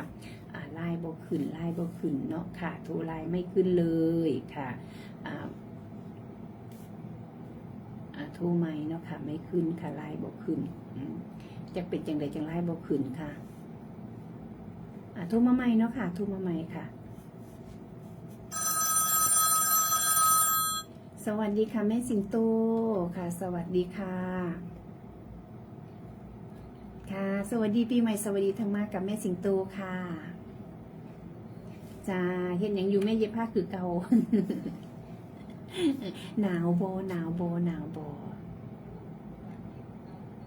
โอ้ค่ะเย็นอยู่ร้อนเย็นเนาะแม่เนาะโอ้ ค่ะเมนอันเย็นๆก็ตามสร้างนี่ถ้าอาบน้ำเย็นอาบน้ำอุ่นนี่สัมโบมีแห้งตูก็สัมห้องอาบน้ำเย็นเนาะแม่เนาะอาบน้ำอุ่นนะอันเมนอยู่ค่ะเพราะว่าอายุมากขึ้นอย่าเสี่ยง ชีวิตมีคุณค่ามากกว่าน้ำ2 ขันด้วยว่าเนาะ จ้าหนูเช็คแม่แล้วเด้อค่ะเด้อค่ะแม่ไปรถทัวร์กับหนูค่ะหนูก็สินั่งรถทัวร์โอ่งกว้างไปน้ำกันเนาะแม่เนาะแม่มวนๆค่ะไปน้ำกันรถคันใหญ่ๆหายใจลูกคอ จ้าค่ะค่ะจ้าสาธุค่ะแม่สิงโตอนุโมทนาบุญนำค่ะกับแม่สิงโตค่ะสวัสดีค่ะสวัสดีธรรมะสวัสดีกับแม่สิงโตแม่น้องนางโทรมาใหม่เด้อค่ะเด้อไลน์บ่ขึ้นเนาะค่ะอนุโมทนาบุญนำสำหรับทุกพ่อทุกแม่อนุโมทนาบุญนี่ก็เป็นบุญกิริยาวัตถุอย่างหนึ่งเนาะค่ะสวัสดีค่ะบริการประชาชนสวัสดีปีใหม่เด้อค่ะแม่เด้อจ้าแม่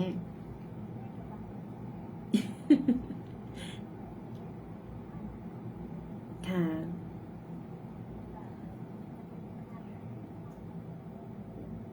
ค่ะ ค่ะค่ะแม่โอโลกวายูค่ะ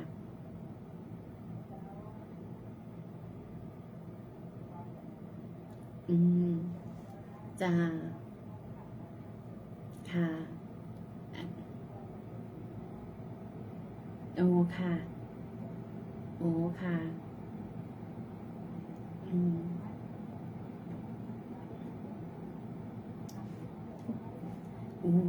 อุ้ยเอาไปค่ะเสียดายเนาะแม่เนาะอู้นั่นน่ะค่ะ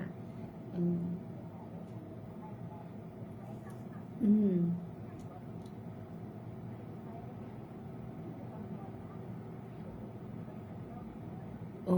ค่ะไปโน่น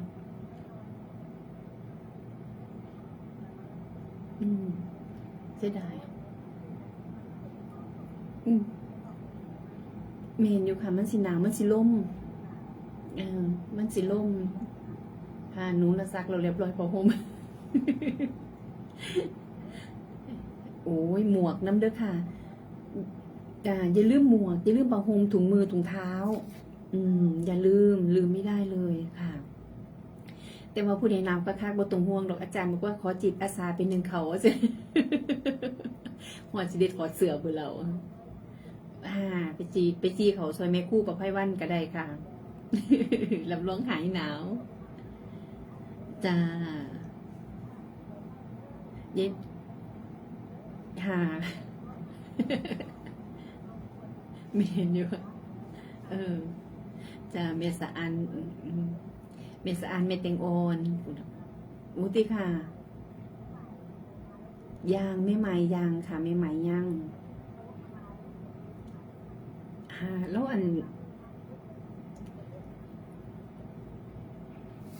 วันนี้เพิ่นมากอกบักขามก็ไม่ภาวนาบักขามงามค่ะเอาไปตากแดดอยู่ได้สิได้หิวเขาว่า หิวเขาว่าไวแล้วค่ะ ค่ะค่ะ ค่ะ ค่ะเกาะบุญไปน้ำเพลินค่ะเออค่ะ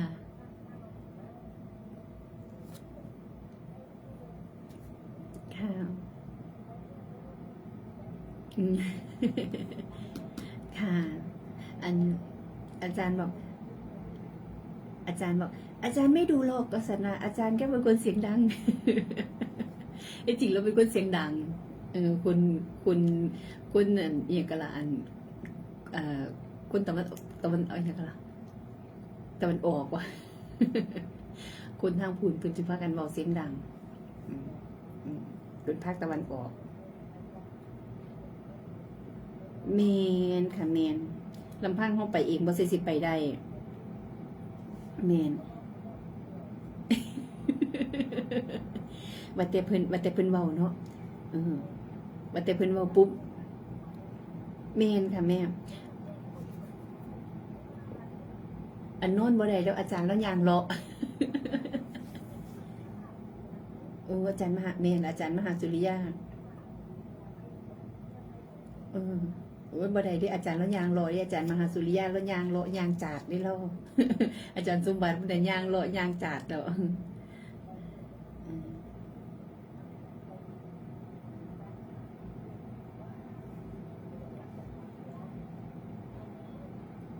เนี่ยแม่นค่ะม่วนแม่นค่ะแม่นค่ะทางอัน ทางกาฬสินธุ์เนาะทางกาฬสินธุ์อุ๊บอันเพิ่นอันค่ะผู้บ่ได้ไปผู้บ่ได้ไปก็สาธุนำคือกันค่ะเป็นเสบียงบุญค่ะจ้า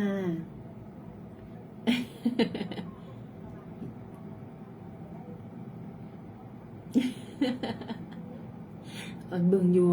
จอบจ้าง ค่ะจ้าเออโอ้ค่ะจ้าโอ้เมียนอยู่ค่ะโอ้ตำบักหุ่งใส่บาตรจ้ามะกอกกำลังหวานสาธุลูกจ้าไม่ใบ จ้าสาธุค่ะค่ะสวัสดีค่ะจากแม่น้องนางสวัสดีค่ะแม่ค่ะค่ะค่ะสวัสดีค่ะคุณแม่ค่ะสวัสดีปีใหม่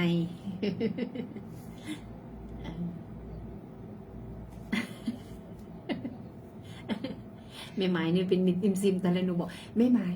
เขา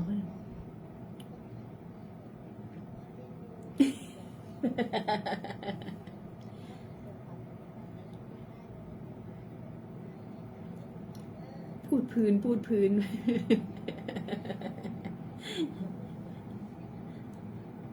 ค่ะ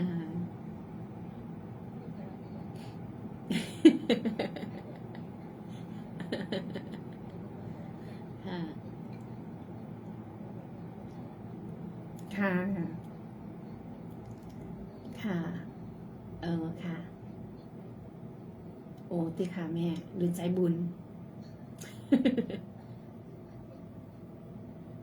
โอ้ค่ะค่ะไปบันเหนือลุงเฟือเพชรบันใต้อืม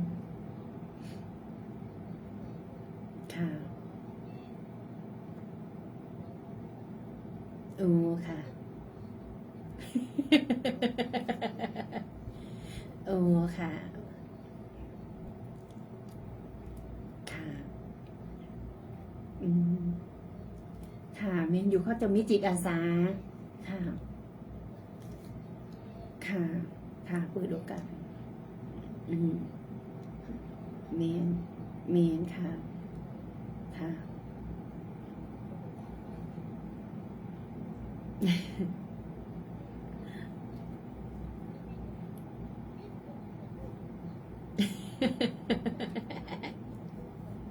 ค่ะ อค่ะค่ะบ่ให้พลาดเสียดายเนาะแม่เนาะวันอยู่ไกลเนาะว่าสันสิได้ไปน้ำกันเนาะฟังเทศน์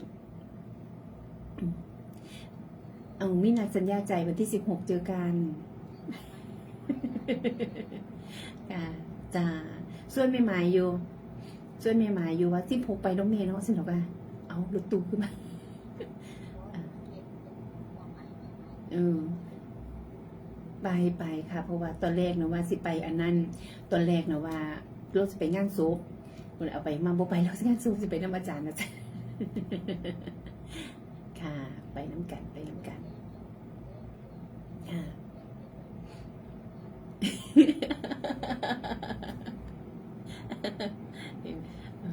ลูกนิยมเพิ่นบอกว่าอาจารย์แค่200เองฟินเพิ่นนะเพิ่นฟินเพิ่นว่าเพิ่นยางไหวเบาหวานน้ำบ่ทันมาซิเรียนออกหนาบุแล้วเนาะมันเรียนออกหนาบุแล้วมันเรียนต่ำเนาะมันเป็นลูกมัน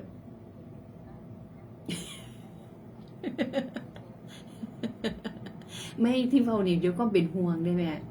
ด้วยความเป็นห่วงเนี่ยเพราะว่าบางครั้งบางคราวเนาะเห็นเพิ่นเฮ็ดงานหลายเนาะบางครั้งเนาะอัน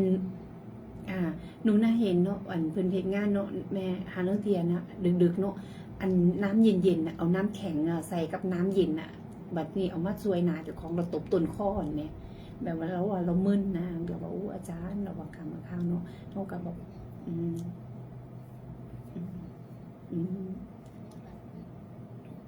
ค่ะก็บอกพระที่พระธรรมอาจารย์มหาสุริยะมันบอกพระตายไม่เป็นเลยพระไม่มีวันตายว่าสัน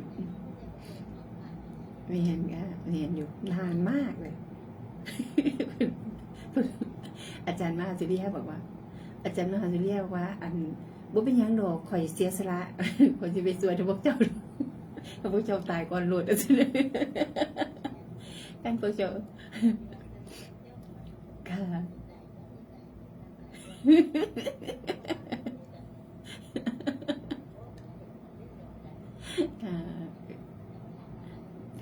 อันค่ะเพิ่นบอกว่าเพิ่นบอกว่าอันเบาเพื่อเบาเป็นให้เก้าขวัญเนาะบอกอายุยืนน่ะเนาะ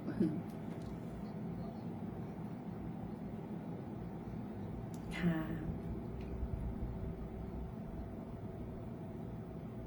ค่ะ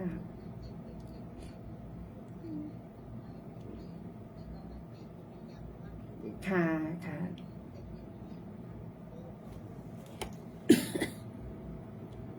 ค่ะค่ะค่ะสวัสดีค่ะจากแม่ใบบรรลาดเนาะค่ะเนาะอนุโมทนาบุญนำสำหรับคุณแม่ที่ให้กำลังใจอยู่ตลอดเวลานิ้วแน่นค่ะทั้งบรรลาดนี่นิ้วแน่นหนักแน่นนะคะหนักแน่นรักใครรักจริงหักไผ่หักจริงเนาะหักครูบาอาจารย์เดินตามครูบาอาจารย์ตั้งแต่มือตีหูจักกันจนถึงวันนี้กันเหนียวแน่นทางแม่ใบทั้งญาติธรรมทุกคนเนาะค่ะเนาะบ่ว่าสิเป็นทางคณะบ้านต่อแม่ต่อทางกุกโสทางเมืองหัวไส้ขาวทางทุกทางค่ะทางเมืองเลยทางทุกที่ทุกทางเนาะค่ะบอกผู้ลังคนบอกว่าอุ้ยยังเหนียวแน่นคือเก่าอยู่ยังไม่มีกล้วยแขกจังสียังไม่รีสัมมานุสรณ์ก็ยังเหนียวแน่นแต่ว่าเฮ็ดจังได๋ล่ะเหนียวแน่นก็ได้แต่หัวใจแล้วพาไปเนาะค่ะเนาะแต่ว่าสังขารมันไปบ่ได้เด้มันสังขารสวยเราดีจริงได้ละขั้นกระบวยมันนำมือกิ้วแล้วค่ะเอาไปพกขวัญงามมือไม้งามมือขวัญบินแล้วปูลังก้นก็ได้เถาแล้วก็เดี๋ยวไม่เห็นตะกี้ตะเก่านะว่าสังขารตะกี้ตะเก่าเขาก็จะไปเฮ็ดยังอยู่เพิ่นว่าก็ตั้งเฮาก็ตั้งได้อย่างน้อยๆก็ยังได้นานเดินตามครูบาอาจารย์เนาะค่ะหลวงพ่อครูบาอาจารย์พาไปพาเฮ็ดพาทำเฮาก็ยังได้ไปย่าง3จังหวัดเฮาก็ย่างมาแล้วค่ะย่างเรียบแม่น้ำเฮาก็ย่างมาแล้วค่ะย่างเรียบแม่น้ำโขงเนาะค่ะจากเชียงคานค่ะไปทางกุลาค่ะทางพระธาตุศรีสองหลักเลยลงมาทางด้านสายเชียงคานทางด้านสายปูเลือกเขากับผ่านมาแล้วครูบาอาจารย์พาไปประสบการณ์เนาะค่ะ พาไปพามากับพ่อครูบาอาจารย์โอ้ไปเห็นพระธรรมมาจนคักไปก็จนวันหล่อนแล้วล่ะค่ะแต่ปานนั้นยังอยากไปอีกอยู่คือเก่าค่ะแต่จังใดๆนะฮอดเมืองไปบ่ได้ค่ะก็ได้ตั้งแต่ยังดีเด้ค่ะอย่างน้อยๆก็ยังดีเด้ช่วงนี้เฮายังมีโลกโซเชียลเฮายังได้เบิ่งเฮาไปบ่ได้เฮาก็ยังได้เบิ่งครูบาอาจารย์พระเฮ็ดพระธรรมจ้ะยังไปพระธาตุหน้าดูนเพิ่นก็ยังได้ถ่ายทอดมาให้เฮาเบิ่งมันเป็นสมัยก่อนเนี่ยโอ้ยมีอิมซิมค่ะเพิ่นไปแล้วก็เฮาก็ได้ตั้งแต่ฟังแต่วิทยุแล้วค่ะบ่เห็นภาพเห็นเสียงละครูบาอาจารย์เป็นรูปหน้าตาจังได๋ก็บ่เห็นแล้วค่ะแต่เดี๋ยวนี้โอ้ยเห็นเบิดเนาะค่ะเนาะยังมีน้องนางบอกลูกเฮ็ดให้ต่อเสียโทรศัพท์โทรทัศน์จอเบิ่งเกิ่งจากโทรศัพท์ต่อเสียโทรทัศน์เนาะโอ้ยเห็นเบิดนั่นล่ะว่าซั่นน่ะผู้ใดย่างกายหน้าจอเห็นเบิดว่าซั่นครูบาอาจารย์รูปร่างทางคิงเป็นจังได๋เห็นเบิดว่าซั่นค่ะพระเฮ็ดพระธรรมหยังก็เห็นเบิดว่าซั่นค่ะจังซั่นราคาตะกี้เฮาบ่เห็นแล้วเดี๋ยวจะฟังแต่วิทยุเนาะค่ะอย่างน้อยๆโซเชียลมีเดียมันก็ยังมีส่วนที่ดีเนาะค่ะในการที่เขาได้เห็นหน้าเห็นตากันแต่กี้ว่าเห็นแล้วค่ะเห็นหน้าเห็นตากันทางโทรศัพท์จะไม่เห็นแล้วค่ะได้ตั้งแต่นั่งตั้งแต่เบิ่งโทรศัพท์เบิ่งกระจกมากันเนาะแล้วก็อ่านหนังสือบ้ายแล้วค่ะแต่เดี๋ยวนี้เห็นกันแล้วทักทายกันเนาะค่ะผู้ใดเบิ่งแน่ผู้ใดบ่เบิ่งแน่ผู้ใดฟังแน่ผู้ใดบ่ฟังแน่เดี๋ยวนี้เขาสามารถรับรู้ได้เนาะค่ะเนาะเห็นกันได้เนาะค่ะในช่วงของไก่สิเบิดเวลาไก่สิฮอด5 โมงแลงเนาะค่ะเนาะก็เต็มตัวค่ะมืออื่นนะคะมืออื่นกับมือโกนค่ะวันโกนวันที่11กับวันพระตรงกับวันสัจจะวันสัจจะตุนสัจจะเนาะค่ะเนาะสัจธรรมนำชีวิตเนาะค่ะแต่ว่าหลังจากนั้นเฮากลับมาก่อนส่วนวันที่10เนาะค่ะเนาะวันที่10ผู้ใดสิไปน้ำครูบาอาจารย์เนาะค่ะแจ้งได้เนาะค่ะเนาะมืออื่นค่ะเตรียมตัวเพิ่นสิไปจักมุ่งลงหมุนจักมุ่งเฮาก็ค่อยฟังกันสำหรับคุณแม่สุภาพวงรักษาเนาะค่ะเนาะแม่ภาพวงรักษาค่ะเจ้าแม่สำหรับเป็นพิซซ่าเป็นว่าถ้าไปเนี่ยมาแรงไปได้อยู่สัญญาเมื่อเช้านี้เพิ่นสิไปแจกพิซซ่าวันเด็กเป็นแจกเป็นพิซซ่าวันเด็กสำหรับผู้มืออื่นก็เป็นวันเด็กเด็กในวันนี้คือผู้ใหญ่ในวันหน้าเป็นวันเด็กเนาะค่ะเนาะไปวันเด็กมืออื่นกับพาลูกหลานไปร่วมกิจกรรมค่ะไปร่วมกิจกรรมสำหรับตามโรงเรียนเนาะค่ะเนาะตามสถานที่ต่างๆสำหรับวันเด็กเดี๋ยวจะไปมืออื่นก่อนฮอดมือวันเด็กก่อนก็สิมีคำขวัญของวันเด็กแต่วันนี้มีแต่วันของคำขวัญของผู้ใหญ่ไว้ก่อนค่ะคำขวัญของวันผู้ใหญ่คือทำความดีในวันนี้ค่ะไม่ต้องรอถึงวันหน้าค่ะเหตุมันมือนี้ละเหตุเงินคุณงามคำดีค่ะนี่มาแรงเนาะค่ะเนาะลูกๆล้านค่ะเรื่องเดียวเขาวันนี้เขาก็ไปสวดมุ่นต์ไหว้พระนี่ห้องพระว่าสวดมุ่นต์เขาเฝ้าพระพุทธองค์เนาะค่ะเนาะอยู่ใต้3 ห่มโพสีในช่วงของบรรปลายสุดท้ายของชีวิตเนาะค่ะเนาะลูกๆหลานนอนเบิ่งโทรศัพท์เดี๋ยวนี้เขาบ่เปิดแล้วล่ะโทรทัศน์เขามันเชยเขาบ่เบิ่งแล้วเขาสิเบิ่งโทรศัพท์ของไผของมันของไผของมันเนาะค่ะเนาะลูกหลานของเขาก็เอาแล้วค่ะช่วงที่ครูบาอาจารย์เปิดสวดมนต์ทำวัดเย็นค่ะก็มีโอกาสกระทำวัดเย็นนะเพิ่นค่ะจุเขาส่วนหุม3 โพสีในช่วงนี้มื้อแรงค่ะกราบพระนึกถึงคุณพระรัตนตรัยค่ะอธิษฐานค่ะหรือว่าสมาทานเป็นพุทธมามากะเนาะค่ะสมาทานศีล 5ก่อนนอนค่ะคุณบอกว่าสมาทานศีล 5ในช่วงที่สวดมนต์ไหว้พระในทำคุณงามความดีสร้างบารมีให้กับเจ้าของค่ะมักเมียมตายไปยังมื้อค่ำมื้อคืนก็ยังสิมีบุญมีพลาเนาะค่ะอันนี้ครูบาอาจารย์เพิ่นสอนไว้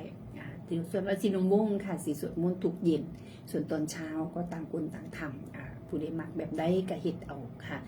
มักนางกะนางพวกสวดมนต์ก็สวดเนาะค่ะเนาะสำหรับวัดสินมงแต่ตอนเย็นรวมกันที่ศาลาค่ะศาลาสวดมนต์เนาะค่ะยามมื้อแลงสุมื้อค่ะทุกวันค่ะยามมื้อแลงสุมื้อแต่ช่วงเข้าพรรษาค่อยสิเช้าเย็นแต่ยามมื้อแลงนี่ฟ้าสวดตั้งแต่6 โมง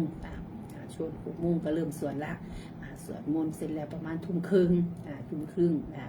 ไปทันเนาะกันเนาะเขากุดไทยกุดทันถ้ามันบ่หนาวค่ะถ้าหนาวถ้าบ่หนาวก็สินั่งสมาธิก่อนค่ะแล้วก็แผ่เมตตารวมกันแต่ถ้าหนาวเนาะค่ะเนาะถ้าหนาวก็เอาละสวดมนต์เสร็จแล้วก็ไปใครไปทันเนาะมันหนาวดิลมพัดโวยๆเนาะค่ะเนาะป่าสาเก่าเนาะขวดใบไม้แล้วพระคุณเจ้าเป็นขวดใบไม้เปลี่ยนตื่นไปที่นี่สางงาใหม่ออกไปนี่โอ้ยลมพัดหนาวเย็นจ้อยค่ะแต่ก็ดีนะคะเนาะการภาวนาดีคือการในสวดมนต์เสร็จแล้วก็ ลมพัดว้อยๆโหมผ่านเนี่ยกันรับตาพริ้มนะคะแล้วก็สวดมนต์เนาะค่ะเนาะนึกถึงคุณพระคุณพระธรรมพระสงฆ์นะคะพุทธคุณธรรมคุณสังฆคุณคุณบิดามารดาคุณครูบาอาจารย์นะคะน้อมระลึกนึกถึงคุณของพระพุทธเจ้าค่ะก่อนนอนในสวดมนต์นะคะเพราะว่าเพิ่นสวดมนต์มาดูนเพิ่นก็บ่ต้องเบิ่งหนังสือละสวดมนต์ไปก็หลับตาพริมนึกถึงไปเนาะค่ะเนาะก็อนุโมทนาบุญนำเติมกันทุกผู้ทุกคนเอาบุญมาฝากสู่ผู้สู่คนค่ะมื้ออื่นเนาะค่ะเนาะแต่เตรียมค่ะสำหรับแม่สุหมายบอกว่าตัวแรกว่าสิไปบ่ได้ว่าสันขาแต่บอกว่าเอาสั่นไปเผาศพก่อน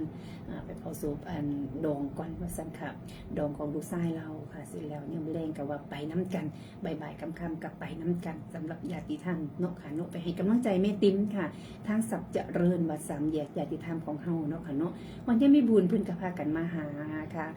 ตรงคุณบ้านพีบ้านนงได้ปองดอกฮักเก่นย่าไม่บุญแคนก็ยังได้อื่นดอกใส่กันเนาะค่ะในช่วงของค่ะในช่วงของเย็นมื้อแรงเนาะค่ะอาบน้ำบางคนบอกว่าอาบน้ำไปที่บ้านพี่ละว่าสันดีค่ะพี่อาบพุ่นว่าซั่นค่ะช่วงนี้อาบน้ำก็บ่เป็นหยังหรอกค่ะที่จะแม่สิงโตบอกว่าเฝ้าอาบเนี่ยค่ะมามันเย็นมันหนาวค่ะอาบบ่ได้อายุมากขึ้นค่ะบ่เสี่ยงกับน้ำสงขันคือไผบ่นะคะเนาะในช่วงของเย็นๆค่ะผู้ใดที่กำลังวางชายดีอยู่เลยเด็กน้อยๆก็มากันแล้วอาบน้ำยังมาแรงยังสิค่ะน้ำเย็นๆเนาะค่ะแต่สำหรับผู้ที่อายุมากแน่ก็ต้องระวังเรื่องสุขภาพค่ะระวังเป็นตะคริว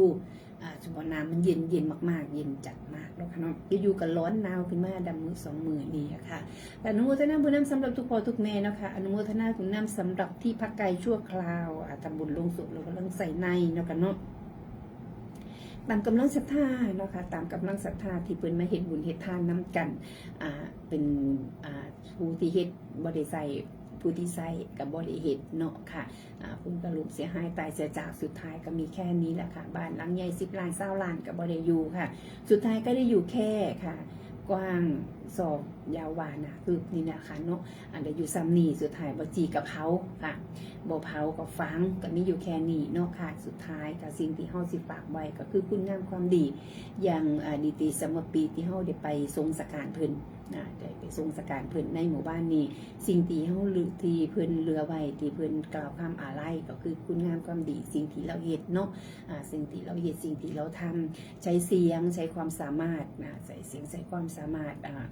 เผยแพร่หรือว่าทำกิจกรรมให้กับทางวัดทางว่าเนาะค่ะไปโดยที่บ่มีค่าจ้างก็ไปเนาะค่ะไปด้วยใจศรัทธาไปด้วยใจอยากเฮ็ดนะคะเป็นทั้งเจ้าพิธีเนาะค่ะเป็นทั้งเจ้าพิธีผู้นำทางพาทำพาเฮ็ดในพิธีทางศาสนาหล่อพระหรือว่าทำพิธีบวงสรวงอัญเชิญเทพเทวาเนาะค่ะเนาะผู้หลักคนบอกว่าอุ้ยเฮ็ดโซโลพระก็ยังสิเทวดาเอาก็ต้องมีเนาะค่ะเนาะเอาก็ต้องมีล่ะค่ะก็ต้องอัญเชิญเทวดาป้องกันเอาสิ่งที่บ่เป็นมงคลค่ะมาทำลายพิธีเนาะค่ะในครั้งพุทธกาลก็ยังมีเดี๋ยวเมื่อหน้าเดี๋ยวทอฟังอาจารย์ตุลเราสิสู่เอาสู่ฟังเรื่องของการเรื่องของการที่มีพระอุปคุตเนาะค่ะที่เพิ่นบอกว่าเวลานั้นก็ที่บอกเอื่นเชิญพระเวสสันดรก็ต้องมีพระอุปคุตนะคะมาป้องกันมาปัดเป่าอันตรายทั้งหลายทั้งปวงเนาะค่ะฉะนั้นเนาะค่ะเนาะอะไรมีการทำในสิ่งหลายอย่างสำหรับดีเจสมปีเพิ่นมีความผูกพันกับวัดศรีลุงบงค่ะเพิ่นก็เลยเมื่อวานได้ไปทรงสการได้ก็ไปได้เห็นเนาะค่ะเนาะได้ไปเห็นสุดท้าย